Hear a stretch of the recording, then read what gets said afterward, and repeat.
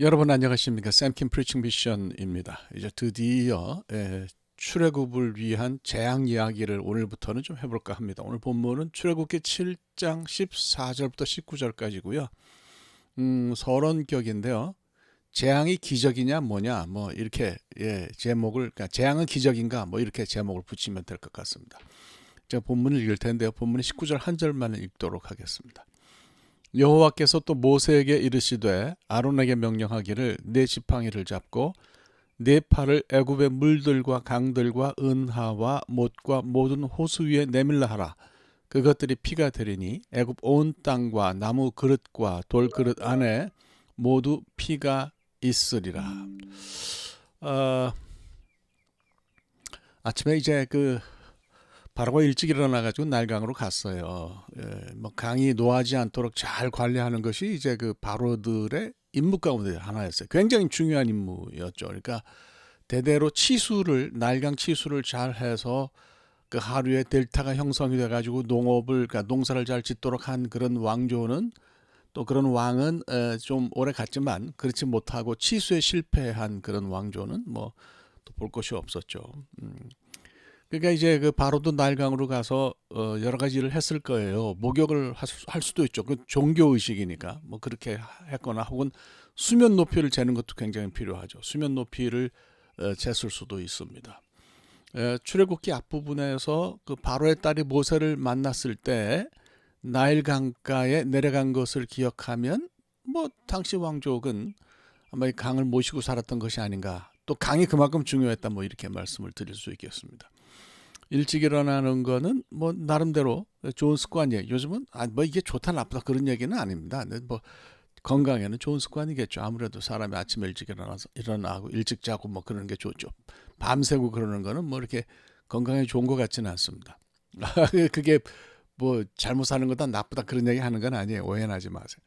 자, 문제는요. 일찍 일어난다고 해서 반드시 뭐 모든 일에 좋은 건 아닌 것 같아요. 이게 얘기가 뭐 이렇게 되네요.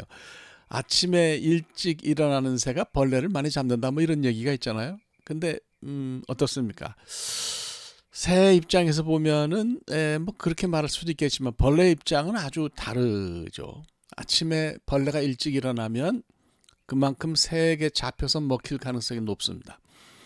누구나 한 번쯤은 읽어봤을 아낌없이 주는 나무, The Giving Tree라는 어른 동화죠, 어른 동화. 어른 동화를 쓴 쉘 실버스타인, 뭐 이런 사람이 있어요. 이 사람이 뭐 이런 말을 했는데 저는 굉장히 재미있더라고요.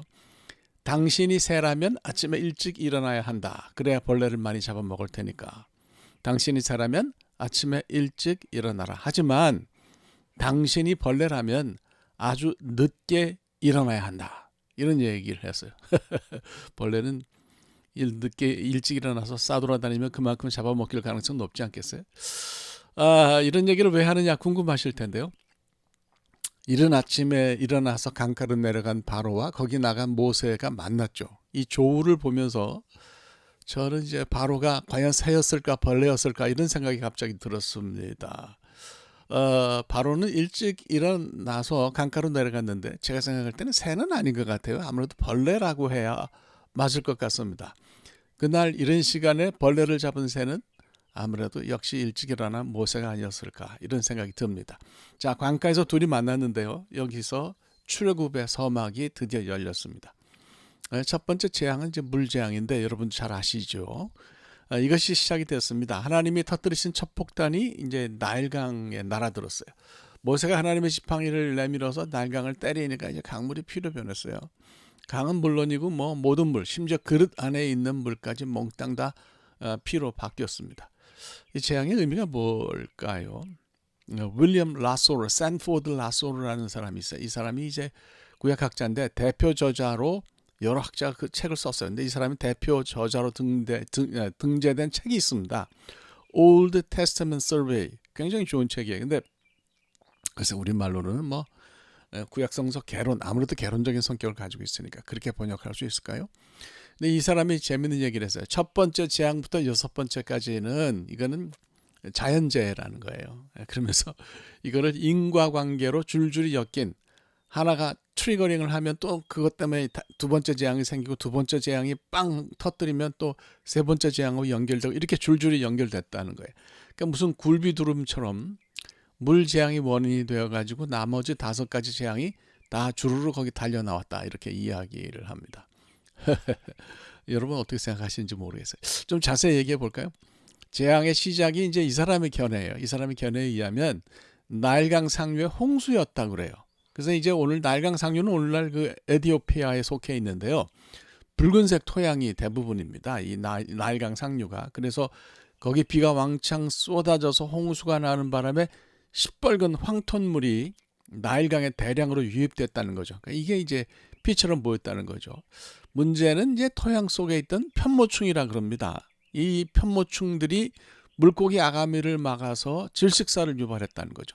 그래서 7장 18절을 보면 고기가 죽고 악취가 날 것이라는 표현이 있잖아요. 그러니까 거기서 라소르가 이제 이런 얘기를 한 거예요. 그래서 죽은 물고기가 강 속에서 죽었으니까 거기서 이제 썩고 부패를 하겠죠. 그 영향이 고스란히 개구리에게 미쳤다는 거예요. 그래서 썩은 물을 피해가지고 개구리가 사람 사는 동네로 서식지를 옮겼다. 이게 이제 두 번째 재앙이라는 겁니다. 그 바람에 이제 민가도 그렇고 바로 왕궁까지 개구리에게 점령당하는 사태가 벌어졌어요. 나중에 이제 뭐 한번 제가 얘기하겠습니다. 물론 이제 그 개구리가 피신했지만 그 썩은 물로부터는 피신을 했지만 다른 균이 그들을 기다리고 있었어요. 그래서 개구리가 일종의 탄저균에 감염되었고 결국 떼죽음을 당했다. 이렇게 이제 해석을 합니다. 애굽의 이제 보건 상황이 굉장히 악화가 됐겠죠. 뭐 그건 뭐 불을 보듯 뻔한 일입니다. 그러니까 이제 이번에는 세 번째, 네 번째 재앙인 물것과 파리의 공격이 시작이 되는 거죠. 물것은 히브리 말로 캔이라고 하는데요. 목이라고 번역해도 되고 뭐 이라고 옮겨도 됩니다. 또 각닭이라는 표현도 있는 것 같아요. 각닭이 들어보셨었어요?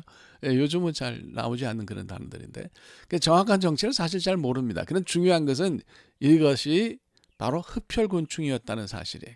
조그맣게 달려 들어가지고 아주 뭐 사람과 가축에 들러붙어서 피를 빨아대니까 뭐 굉장히 그러면 힘들었겠다 이런 생각은 듭니다.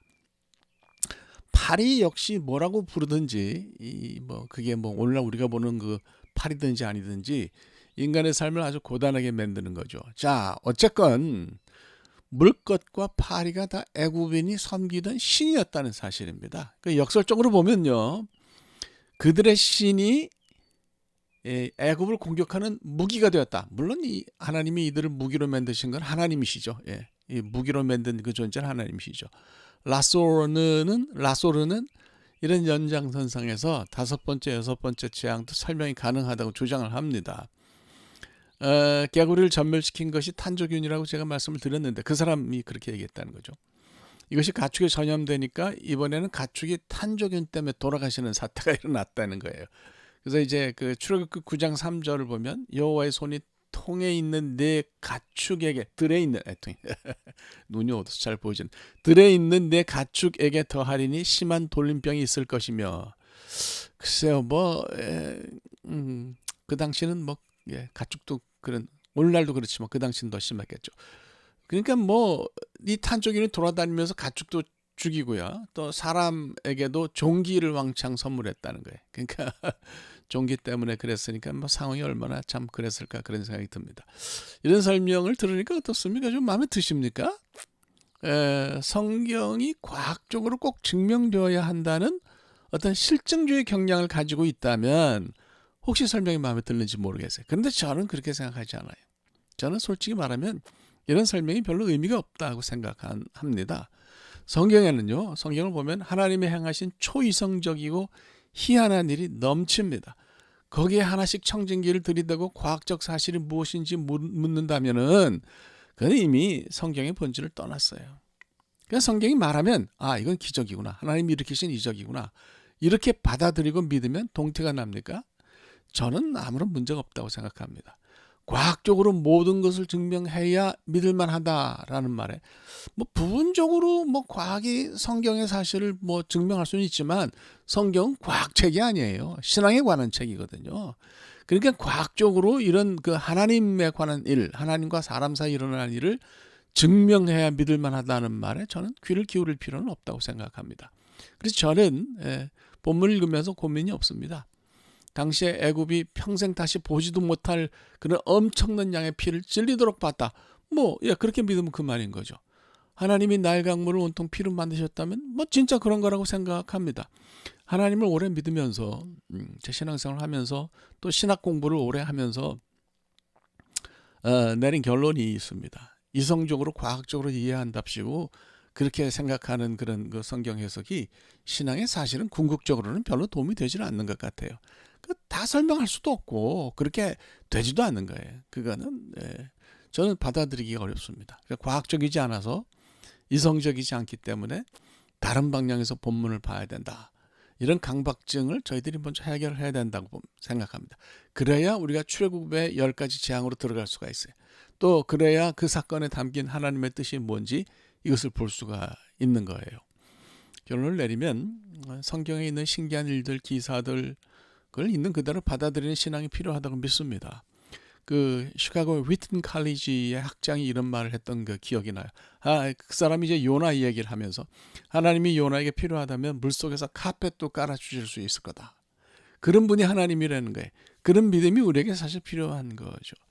빌리 그레햄 목사님이 이런 얘기를 했어요. 성경이 믿어지지 않으면 우선 먼저 성경대로 살아봐라. 그러면 믿어질 거다. 이런 얘기를 했어요. 의미 있는 얘기라고 생각합니다. 여러분 하나님은 세상을 창조하시고 다스리셨잖아요. 그분이 하지 못하는 일이 어디 있겠어요. 하나님이 일으키시는 기적, 그것이 작든지 크든지 그것을 매일매일 체험하는 여러분들이 되시기를 우리 주님의 이름으로 축복합니다. 기도하겠습니다. 하나님, 우리 삶에서 일어나는 하나님이 하시는 모든 일에 대해서 마음을 열고 그것을 믿음과 신앙의 눈으로 바라보는 저희가 되게 하시고 이것을 받아들임으로 하나님이 세상을 다스리시는 것을 믿는 우리가 되게 하여 주시옵소서. 예수 그리스도의 이름으로 기도합니다. 아멘. 네, 감사합니다. 오늘 여기까지 하겠고요.